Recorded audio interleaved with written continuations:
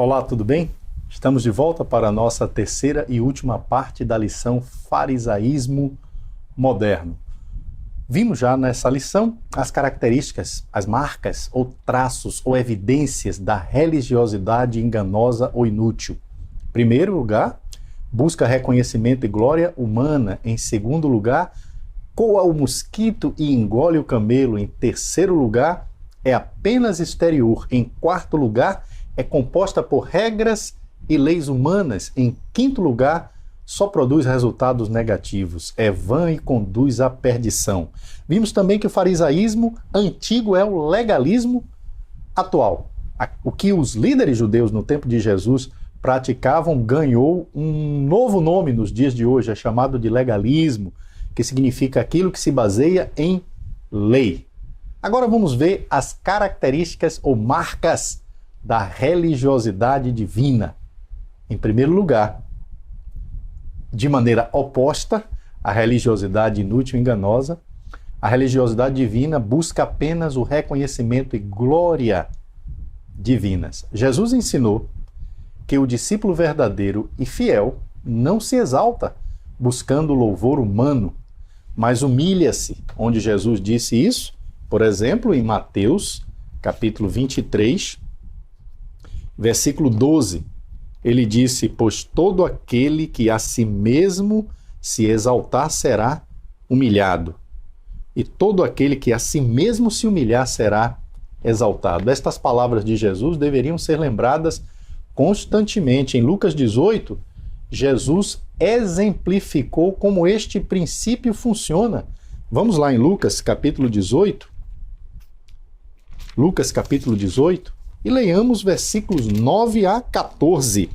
Há alguns que confiavam em sua própria justiça e desprezavam os outros. Jesus contou esta parábola. 2 homens subiram ao templo para orar. Um era fariseu e o outro publicano. O fariseu, em pé, orava no íntimo: Deus, eu te agradeço, porque não sou como os outros homens, ladrões, corruptos, adúlteros, nem mesmo como este publicano.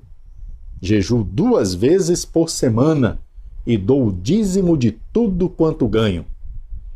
Mas o publicano ficou à distância. Ele nem ousava olhar para o céu, mas batendo no peito dizia: Deus, tem misericórdia de mim, que sou pecador. Eu lhes digo que este homem, ou publicano, e não o outro, ou fariseu, foi para casa justificado diante de Deus. Pois quem se exalta será humilhado, e quem se humilha será exaltado.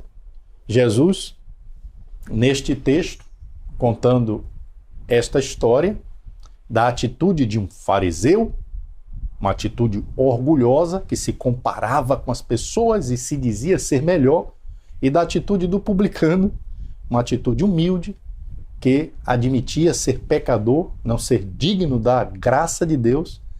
Contando essa história, Jesus nos ensina sobre a necessidade de não confiar em nossa justiça própria e nem nos exaltarmos diante dos homens. O fariseu da parábola achava-se melhor, achava-se superior aos outros, inferiorizando os outros, louvando a si mesmo e atribuindo culpa aos outros, mas o resultado que cada um conseguiu por meio de sua atitude mostra qual atitude devemos escolher.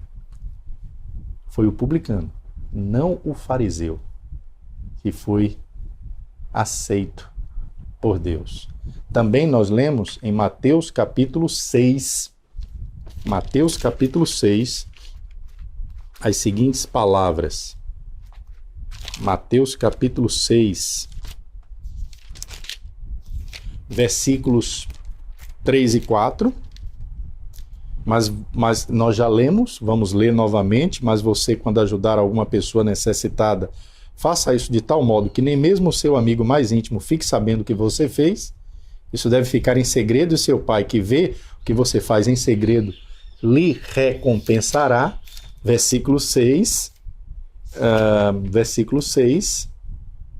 Mas você, quando orar, vá para o seu quarto, feche a porta e ore a seu pai, que não pode ser visto, e o seu pai que vê o que você faz em segredo, lhe dará recompensa, versículos 17 e 18. Mas você, quando jejuar, lave o rosto e penteie o cabelo, para os outros não saberem que você está jejuando, e somente seu pai, que não pode ser visto, saberá que você está jejuando, e seu pai, que vê o que você faz em segredo, lhe dará recompensa. Os atos religiosos que agradam a Deus são aqueles que são feitos para o recebimento dos elogios e dos aplausos unicamente de Deus e não dos homens. Desta forma, esses atos são feitos em secreto.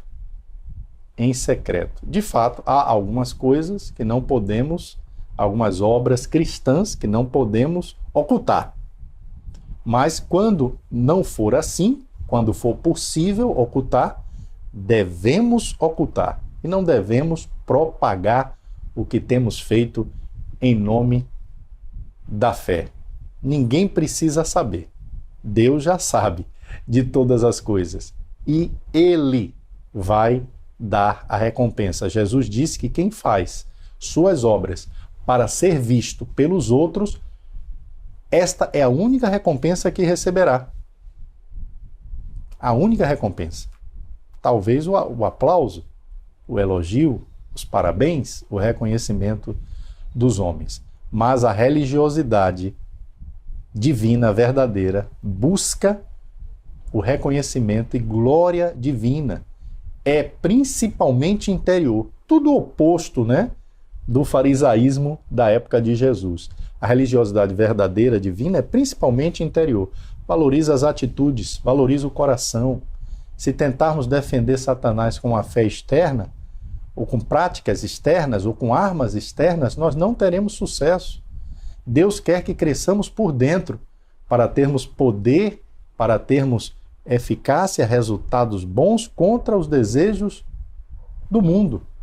Por exemplo, ilustrando, pensemos num fazendeiro e numa plantação. O fazendeiro precisa preparar a terra, escolher uma boa semente, plantar a semente numa época certa e do modo certo. Ele precisa adubar a terra, ele precisa irrigar, molhar a terra. Mas ele pode fazer aquela semente crescer? Não, ele não pode. O crescimento vem de Deus e não da estratégia ou do esforço humano. Mesmo fazendo as coisas do modo certo e no tempo certo, ele ainda depende de Deus para obter uma boa colheita. Se algum tipo de fenômeno da natureza acontecer, frio demais, calor demais, algum tipo de praga, qualquer tipo de fenômeno, aquela semente não vai produzir o fruto esperado. Se Deus não abençoar, não haverá boa colheita. O crescimento espiritual igualmente depende e vem de Deus. Eu posso estudar a Bíblia, reunir frequentemente com a igreja, mas se eu não amar a Deus, se eu não amar a sua palavra, se os meus propósitos para estudar a Bíblia e reunir-me frequentemente com a igreja forem errados, eu não mudarei. A verdadeira fonte de espiritualidade é o coração humano, não o seu exterior. Jesus disse que é do coração que procedem os maus pensamentos, as imoralidades sexuais, os roubos, os homicídios, os adultérios, as cobiças, as maldades, o engano, a devassidão, a inveja, a calúnia, a arrogância e a insensatez.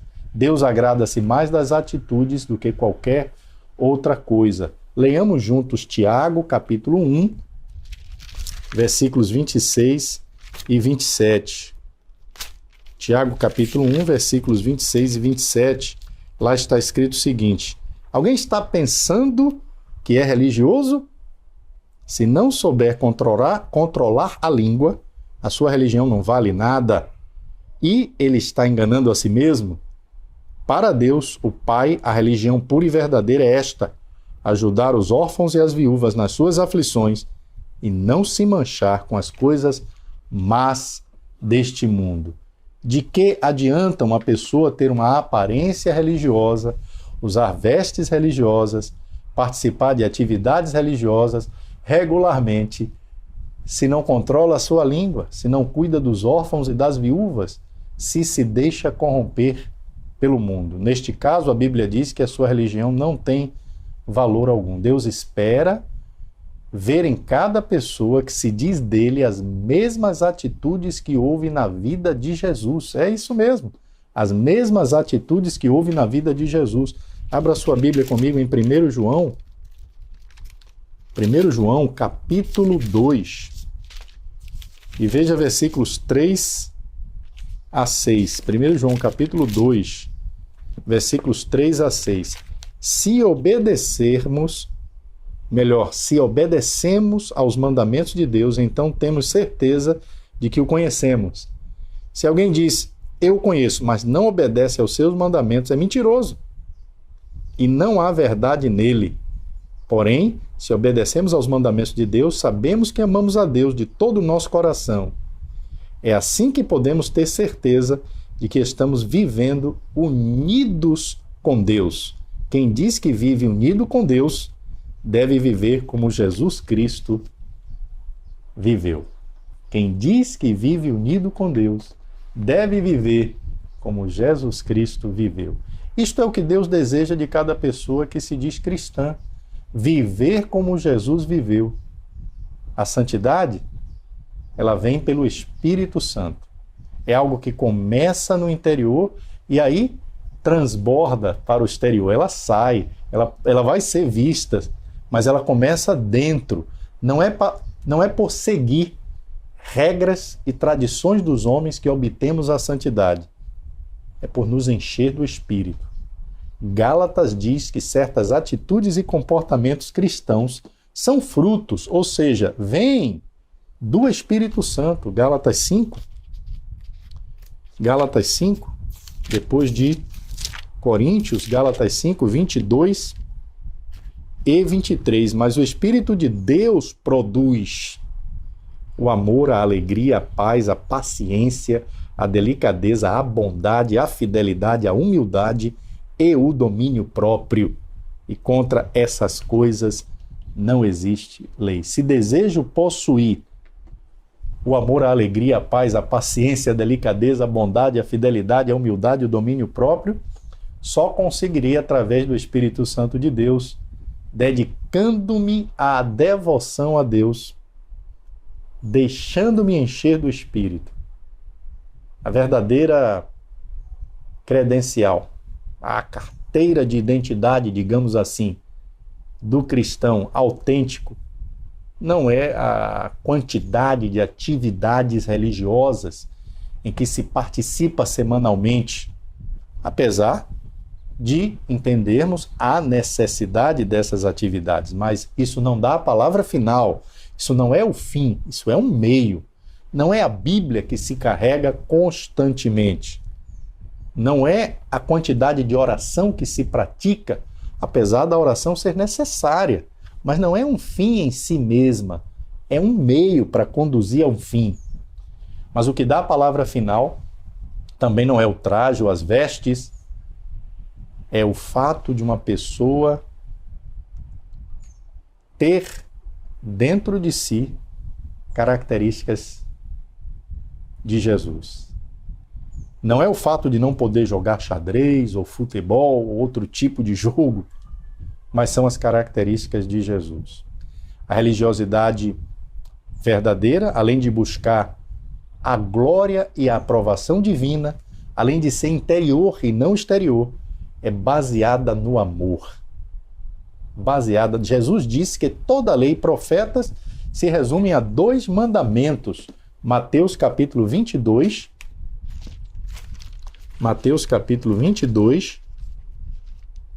versículos 35 a 40. Mateus 22, versículos 35 a 40, que diz assim: E um deles, que era mestre da lei, querendo conseguir alguma prova contra Jesus, perguntou: Mestre, qual é o mais importante de todos os mandamentos da lei? Jesus respondeu: Ame o Senhor seu Deus com todo o coração, com toda a alma e com toda a mente. Este é o maior mandamento e o mais importante. E o segundo mais importante é parecido com o primeiro. Ame os outros como você ama você mesmo. Toda a lei de Moisés e os ensinamentos dos profetas se baseiam nesses dois mandamentos. Veja o que Jesus diz. Ame ao Senhor seu Deus com todo o coração, com toda a alma e com toda a mente. Este é o maior e mais importante. Então Jesus declara que há mandamentos superiores, há mandamentos maiores, que inclusive eles abrangem, eles abraçam vários outros mandamentos. Todos têm sua importância, mas há aqueles que, quando obedecidos, eles incluem ou eles cobrem todos os demais. Em Romanos, o apóstolo Paulo fala sobre isso de uma forma até mais clara. Romanos capítulo 13. Paulo vai dizer exatamente o seguinte, Romanos capítulo 13, versículos 8 até 10. Não fiquem devendo nada a ninguém. A única dívida que vocês devem ter é a de amar uns aos outros. Quem ama os outros está obedecendo à lei. Os seguintes mandamentos: não cometa adultério, não mate, não roube, não cobice. Esses e ainda outros mais são resumidos num mandamento só. Ame os outros como você ama a você mesmo. Quem ama os outros não faz mal a eles, portanto, amar é obedecer a toda a lei. Quem ama os outros não faz mal a eles, portanto, amar é obedecer a toda a lei. O que Deus requer de seus seguidores é amor. Acima de todas as outras coisas, é amor ao próximo, que Deus requer mais do que sacrifícios em nome da religião, mais do que a pessoa maltratar o seu corpo, é o uso de misericórdia com o próximo. Jesus disse isso numa ocasião em que os fariseus se queixavam dele, porque ele comia com publicanos e pecadores, e os fariseus, a palavra fariseu é uma palavra que significa separatista, que separava-se dos outros, tá? E os fariseus, então, julgavam essas pessoas e criticavam Jesus, dizendo: como é que você pode comer com esse tipo de pessoas? Porque os fariseus se julgavam melhores, eles se julgavam superiores aos pecadores. E como Jesus se relacionava com os pecadores, Jesus foi criticado. Dá uma olhada em Mateus capítulo 9, e lá nós lemos essa atitude reprovável, vergonhosa dos fariseus. Mateus 9, 10 a 13. Aqui diz assim, Mateus 9, 10 a 13. Mais tarde, enquanto Jesus estava jantando na casa de Mateus, muitos cobradores de impostos, eram pessoas má vistas como traidores da nação de Israel, muitos cobradores de impostos e outras pessoas de má fama chegaram e sentaram-se à mesa com Jesus e os seus discípulos. Alguns fariseus viram isso e perguntaram aos discípulos: por que é que o mestre de vocês come com os cobradores de impostos e com outras pessoas de má fama? Jesus ouviu a pergunta e respondeu: os que têm saúde não precisam de médico, e sim os doentes. Vão e procurem entender o que quer dizer este trecho das Escrituras Sagradas. Eu quero que as pessoas sejam bondosas e não que me ofereçam sacrifícios de animais, porque eu vim para chamar os pecadores e não os bons. Jesus citou uma passagem de Oséias, onde Deus diz que é mais importante ser misericordioso do que oferecer sacrifícios. Na ocasião em que Oséias disse estas palavras, o povo achava que levar um animal no altar e sacrificar em adoração a Deus era o que mais agradava a Deus. E Deus disse: não, o que mais me agrada é ver vocês tratando uns aos outros da maneira como devem tratar. Há coisas que são mais importantes do que outras. Isto é claro na Bíblia. E nós não devemos inverter a ordem de importância destas coisas. Ainda que eu faça muitas boas obras, a Bíblia dirá, de nada será válido se minha principal motivação não for o amor. Aonde está isso na Bíblia? 1 Coríntios, capítulo 13, capítulo do amor. Não é verdade? 1 Coríntios, capítulo 13. E nós lemos o seguinte, aqui em 1 Coríntios, capítulo 13, versículos 1 a 3. Eu poderia falar todas as línguas que são faladas no céu e na terra, mas se não tivesse amor, as minhas palavras seriam como o som de um gongo ou como o barulho de um sino. Poderia ter o dom de anunciar mensagens de Deus, ter todo o conhecimento, entender todos os segredos e ter tanta fé que até poderia tirar as montanhas do seu lugar, mas se não tivesse amor, eu não seria nada. Poderia dar tudo o que tenho, até mesmo entregar o meu próprio corpo para ser queimado, mas se eu não tivesse amor, isso não me adiantaria nada. Qual é o meu propósito? Qual é o seu propósito na vida cristã? O que estamos buscando por meio da nossa expressão de fé? A glória de Deus ou a glória dos homens? A motivação para o que eu faço em nome da fé precisa ser o amor. O amor a Deus acima de tudo e o amor ao próximo. Cada um de nós deve se autoanalisar para verificar se está ou não praticando uma espécie de farisaísmo naquilo que pensa ser expressão de religiosidade. E também se está ou não seguindo regras e preceitos humanos que não estão na Bíblia e nem nos fazem melhores diante de Deus. Lembre-se, precisamos não apenas mudar nossos hábitos e práticas exteriores, mas mudar principalmente o nosso coração. Forjar, por meio da palavra de Deus, da semelhança com Cristo, o nosso caráter. Mudar os hábitos e práticas exteriores sem mudar as atitudes do coração é inútil. Deus não se alegra, não se satisfaz, não aceita alguém só porque a pessoa é religiosa e faz boas obras. Jesus disse isso dessa forma em Mateus capítulo 7. Mateus capítulo 7, versículos 21 a 23. Jesus disse: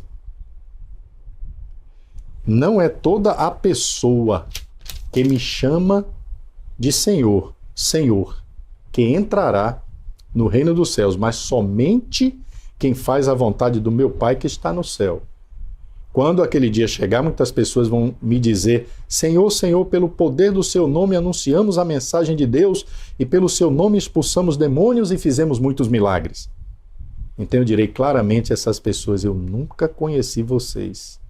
Afastem-se de mim, vocês que só fazem o mal.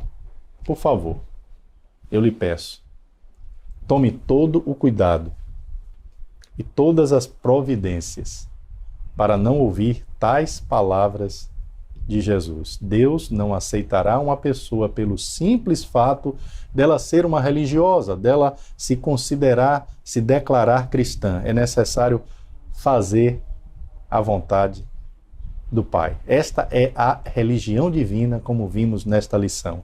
Busquemos a glória e reconhecimento que vem de Deus, seus louvores, sua aprovação.